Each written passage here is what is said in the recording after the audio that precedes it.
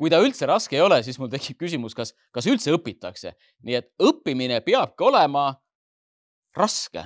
Ta peab olema tehtud huvitavaks, ta peab olema ägedas keskkonnas, ta peab olema tähenduslik, aga ta peabki olema raske ja ta peab nõudma sinult teatud pingutust.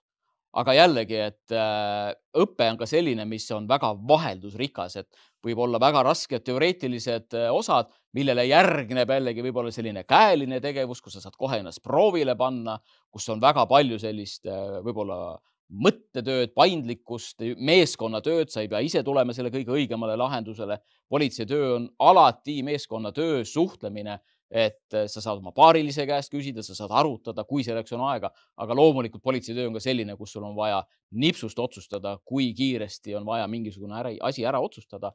Ja sellepärast peab see õpe olema raske ja tihtipeale ka pingeline, sest politseitöö ise oma olemuselt on ka ikkagi väga pingeline ja raske.